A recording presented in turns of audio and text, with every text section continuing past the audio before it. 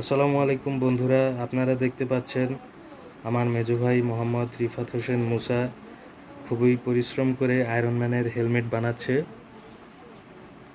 কিন্তু এটা খুবই পরিশ্রমী একটা কাজ, যেটা আসলে অনেকে শুধু চিন্তা করে রাখে যে আমি এটা তৈরি করব, কিন্তু এটা বাস্তব করা এতটা সহজ না। আপনারা দেখতে পাচ্ছেন যে এটা এখনো তৈরি হওয়ার পথে আছে।